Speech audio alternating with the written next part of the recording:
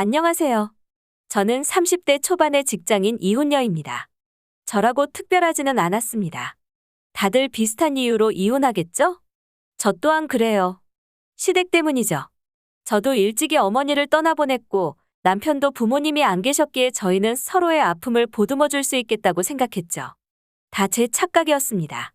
사자가 없으며 여우가 왕이라더니 시어머니가 안 계시니까 시누이가 본색을 드러내더라고요. 지금 다시 생각해봐도 정말 소름이 돋네요. 결혼 전에는 자기 동생 장가는 보내야겠고, 그래서 혼신의 연기를 펼쳤나 봅니다. 결혼하자마자 그렇게 돌변할 거라고는 생각도 못했습니다. 남편과 저는 대학 선후배 사이였습니다. 처음부터 가까운 사이는 아니었지만 졸업하고 얼마 지나지 않아 시어머니 부고 소식에 오랜만에 만나게 되었죠. 상실감을 누구보다 잘 알기에 저는 별로 친하지 않은 사이임에도 불구하고 장례식에 참석해서 남편을 위로해 주었습니다. 그렇게 장례를 다 치르고 남편에게서 와줘서 고맙다는 연락이 왔고 그걸 계기로 저희는 만남을 갖게 되었죠. 남편은 아버지도 어릴 때 돌아가셔서 친척들의 도움과 나이 차이가 많이 났던 친누나의 도움이 컸다고 하더라고요. 다른 것보다도 서로 소중한 사람은 잃었다는 동질감을 느끼면서 저희는 급속도로 가까워졌습니다. 그렇게 저희는 결혼 얘기까지 오가게 되었습니다. 그때까지만 해도 시누이는 발톱을 감추고 저에게 상냥한 척 연기하고 있었죠. 동생이 부족한 게 많다며 챙겨줘서 고맙다는 둥. 지금 생각해도 정말 소름 끼치네요. 저희는 상견례랄 것도 없었습니다. 양가 부모님도 안 계셨고 남편도 그냥 조촐하게 진행하기를 원해서 보증인원도 100명으로 해서 소박하게 식을 올렸습니다. 나중을 위해 돈은 최대한 아끼기로 해서 신혼집은 18평짜리 투룸으로 전세대출 받아서 들어왔습니다. 가전도 저렴하게 맞추니 200만 원도 안 들었고요. 물론 남들처럼 대기업 가전으로 이쁘게 꾸미고 싶었지만 저희 둘 다 경제적으로 기댈 수 있는 가족도 없었고 저는 결혼 준비하기 전에 유일한 가족인 여동생의 가죽공방 창업을 도와주느라 지출이 좀 있었습니다. 남편이나 저나 중소기업을 다니고 있었기에 수입은 거의 비슷했습니다. 하지만 둘이 합쳐서 500이면 아꼈으면 그래도 금방 모아서 40대기 전에는 남들처럼 살 수 있지 않을까 하는 희망도 가졌었죠. 하지만 식 올리고 2달 정도 지났을 때 시누이한테 연락이 왔는데 그때부터 지옥문이 열린 듯 했습니다. 시누이는 저에게 시집 왔으면 안부 연락은 좀 해야 되는 거 아니냐며 먼저 연락이 왔습니다. 그때까지는 그런가 보다. 내가 했어야 하는구나 했는데 요지는 그게 아니었죠. 아무리 결혼식을 약소하게 올려도 작은 거라도 예단을 해와야 하지 않냐면서요. 아무리 가르쳐줄 사람이 없어도 이 정도는 기본 아니냐면서 저를 살살 긁더라고요. 막말로 자기도 부모 없으면서 무슨 말을 그따위로 하는지 참. 그리고 예단이라는 게 제가 알기로는 예물을 받아야 예단이 가는 거 아닌가요? 저는 받은 게 아무것도 없는데 예단을 하는 경우가 있나요? 제대로 모르기도 했고 일단 남편 누나니까 그냥 죄송하다고 하고 잔소리 좀 듣고 끊었습니다. 그리고 한동안 전화로 여자가 아내로서 도리를 잘 해야 된다면서 가짜는 훈화를 계속 늘어놓는데 너무 웃긴 게 시누이는 결혼을 안 했습니다. 그런데도 저한테 아내의 역할이 어쩌고 저쩌고 하는 개소리를 계속하는 거예요. 사실 출근해서 일하기도 바쁜데 여유시간 10분 있으면 나가서 커피 한 잔 마시고 바람 쐬게 싶지. 시누이 목소리는 별로 듣고 싶을 리가 없잖아요. 2주 정도 그렇게 시달리다가 혹시 하는 마음에 40만 원 정도 하는 명품 지갑 하나 사서 택배로 보냈습니다. 그랬더니 뭐 이런 걸 보냈냐고 전화가 오는데 일단 목소리 톤부터 다르더라고요. 그러면서도 끝까지 꼰대질 하더라고요. 줬으면 고맙다고 받으면 되는 거지 이런 건 직접 들고 오는 거라면서요. 니에니에 하면서 대충 전화 끊었는데 그 후로 한동안은 전화 안 오더라고요. 그때 이후로 일주일에 한 번 정도 전화하는 거 말고는 크게 마찰이 없었습니다. 2달 정도는요. 하지만 지갑 약발이 떨어진 건지 2달 지나자마자 주말에 뭐가 그리 바빠서 밥 먹으러 한 번 안 오냐고 하더라고요. 그래서 남편이랑 시간 맞춰서 방문 드리겠다고 하고 그 주 주말이었나 그 다음 주 주말에 시누이 집에 갔습니다. 시누이는 서울에 인접한 경기도에 살아서 차로 가면 금방이었지만 저희는 차가 없어서 기본 1시간이었습니다. 나름 둘이 시간 맞춰서 큰맘 먹고 방문했습니다. 시댁이라고 하기도 좀 그렇네요. 시누이 집에 도착을 했는데 시누이가 저를 상하좌우로 훑어보더니 그냥 왔냐고 물어보더라고요. 좀 어이가 없었습니다. 물론 작은 거 뭐라도 사들고 가려면 그럴 수 있었겠지만 환승을 2번 해서 80분 걸려서 온 사람한테 그냥 왔냐는 게 할 말은 아니지 않아요?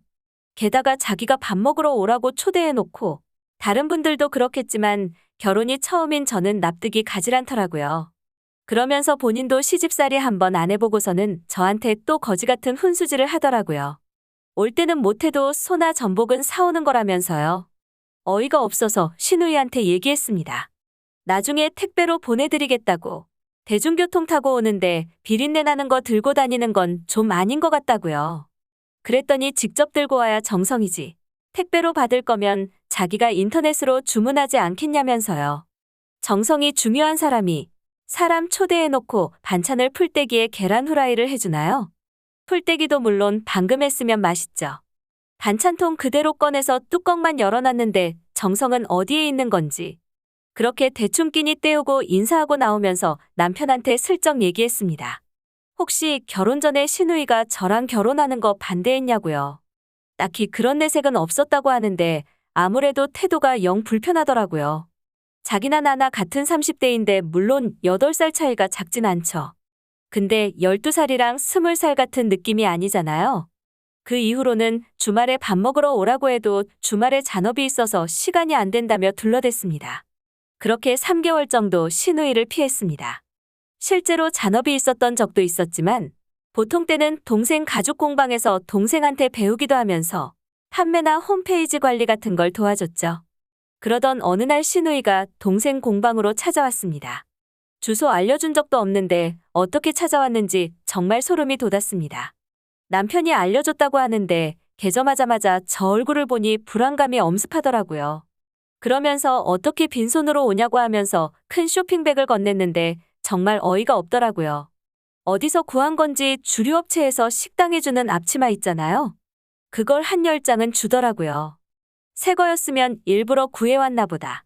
재밌는 발상이네 했겠지만 쓰던 걸 가져와서는 한다는 얘기가 어차피 공방에서 쓰면 더러워지는데 새 거 쓸 필요 있냐고 하더라고요. 그러면서 제품들을 만지작거리면서 개소리라는데 정말 뚜껑 열릴 뻔했습니다. 그냥 입 닫고 구경이나 하면 되는 걸. 거기서 역시 가죽은 어디가 좋지, 백화점 입점하는 건 힘들겠다 하면서 이제 오픈한 지 반년도 안 된 애 앞에서 초를 치더라고요. 그러면서 하나 집더니 이건 괜찮네 하면서 손에 들고 있더라고요. 설마 했습니다. 자꾸 이상한 대화 유도하면서 집중 흐리더니 자연스럽게 고생하라면서 인사하고 나가려고 하더라고요. 제가 불러세워서 그거 계산 안 하셨다고 하니까 하나 줄 수 있는 거 아니냐고 하더라고요. 동생이 대답하기 전에 제가 먼저 얘기했습니다. 형님이 오늘 마수거리인데 계산해 주셔야 장사 잘 되지 않겠냐면서 이런 건 센스인데 설마 그냥 가져가시냐고 웃으며 얘기했습니다. 그랬더니 떨떠름하신 얼굴로 얼마냐고 묻더라고요. 그래서 웃으면서 제품값만 할까요? 저희 점심값까지 할까요? 물어봤더니 2만 원 더 긁으라고 하는데 좀만 더 하면 콧구멍에서 김 나오겠더라고요. 그날은 동생 앞이라 그런 건지 용기가 나더라고요. 그래서 그날을 기준으로 더 이상 부당한 괴롭힘은 참지 않기로 했습니다. 그리고 집에 와서 남편에게 시누이한테 앞으로 나에 관한 거 아무것도 알려주지 말라고 했습니다. 그랬더니 가족끼리 알 수도 있는 거 아니냐고 하더라고요. 그래서 내 가족은 너 가지고 시누이는 네 가족이라고 선 그었더니 어떻게 사람이 그러냐고 그러더라고요. 그래서 넌 내 동생한테 용돈 한 번 준 적 있냐고? 없으면 입 닫고 시키는 대로 하라 그랬더니 말투 가지고 시비 걸더라고요. 그때부터 결혼 생활이 순조롭지 못하겠다는 느낌이 왔습니다. 그리고 몇 주가 지나서 시어머니 제사날이 다가왔습니다. 시누이가 카톡으로 생전에 어머니가 좋아하셨던 음식들이라면서 13개였나 14개였나를 준비하라고 하시더라고요. 상식적으로 직장 다니는 사람이 그렇게 많은 음식을 어떻게 준비하나요? 고민하다가 제사 음식을 시누이 집으로 제가 도착하는 시간 맞춰서 퀵으로 받았습니다. 시누이는 이게 뭐냐며 장난치냐고 하더라고요. 그래서 할 줄도 모르는데 제사상에 아무렇게나 만든 음식을 어떻게 올리냐며, 그리고 직장 다니는데 물리적으로 시간도 안 된다고 했습니다. 그랬더니 하라면 하지 어디다 말대꾸냐며 삿대질을 하시는데 곧 손가락으로 찌르시겠더라고요. 그때 남편이 현관문을 열고 들어오니까 갑자기 주저앉아서는 오열하는 척 하시더라고요. 엄마가 죽어서도 이렇게 홀대받는다고?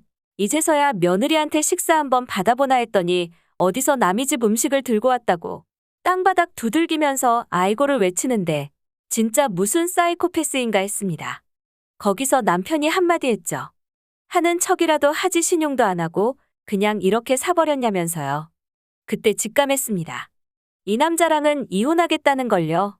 정성스럽게 상 차려드리고 싶으면 둘이서 직접 차리지 왜 나한테 시키냐고. 둘은 시도나 해봤냐고. 막말로 결혼한다고 이 집에서 나한테 뭘 해줬다고 정성 타령이냐고 내질렀습니다. 그리고 집으로 와서 동생하고 통화하면서 하소연을 한참 하고 있는데 남편이 들어와서는 손윗사람한테 태도가 그게 뭐냐고 따지더라고요. 그래서 저도 내가 행복하려고 결혼했지 시집살이 당하려고 결혼한 줄 아냐고 말 똑바로 하라고 너도 지금 아슬아슬하다고 했습니다. 그렇게까지 얘기했는데 누나 사랑에 정신이 팔린 남편은 당장 누나한테 전화해서 사과하라고 하는데 이미 제 머릿속으로는 정리 끝났습니다. 아무 말 않고 방에 들어가서 옷이랑 화장품이랑 챙겼습니다. 간소하게 시작한다고 동생이랑 같이 살던 집에서 물건 다 안 가져온 게 신의 한 수였습니다. 짐은 30분도 안 걸려서 다 싼 것 같아요. 그제서야 뭔가 잘못된 걸 느낀 남편이 어디 가냐며 붙잡는데 뿌리치고 나왔습니다. 그리고 며칠 후에 이혼 서류 보내고 연락했습니다. 너나 나나 직장 다니느라 바쁜데 쓸데없이 힘 빼지 말고 사인하라고요. 시누이한테서도 연락이 오더라고요. 싫은 소리 좀 들었다고 이혼하면 누구랑도 결혼 못 한다면서요. 그래서 당신이 결혼 안 한 거냐고 물어보니 소리 지르더라고요. 이혼하는 마당에 욕먹기 싫으면 전화하지 말라고 했더니 두고 보내만 해 하면서 전화를 끊더라고요.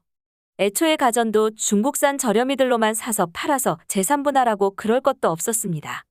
그래도 이사는 몇 번 다녀보고 부동산 계약도 몇 번 해봐서 집은 공동명의로 올려서 보증금 제 몫은 안전하게 돌려받았습니다. 정리 끝나고 두세 달 지나서야 남편이 울고불고 미안하다며 연락이 오는데 내가 왜 저런 남자를 만났을까 하는 생각밖에 안 들더라고요. 부모님이 계셨으면 진작에 알아보고 걸러주셨을 텐데 저 집구석에서 며느리 노릇하며 시집살이 당했으면 제 명에 못 죽었을 거예요. 제 글 보시는 분들은 여자 형제 있는 남자는 결혼 전에 꼭 다시 한번 고민해보세요. 이야기 들어주셔서 감사합니다. 구독과 좋아요 눌러주시면 재밌는 이야기 준비하겠습니다.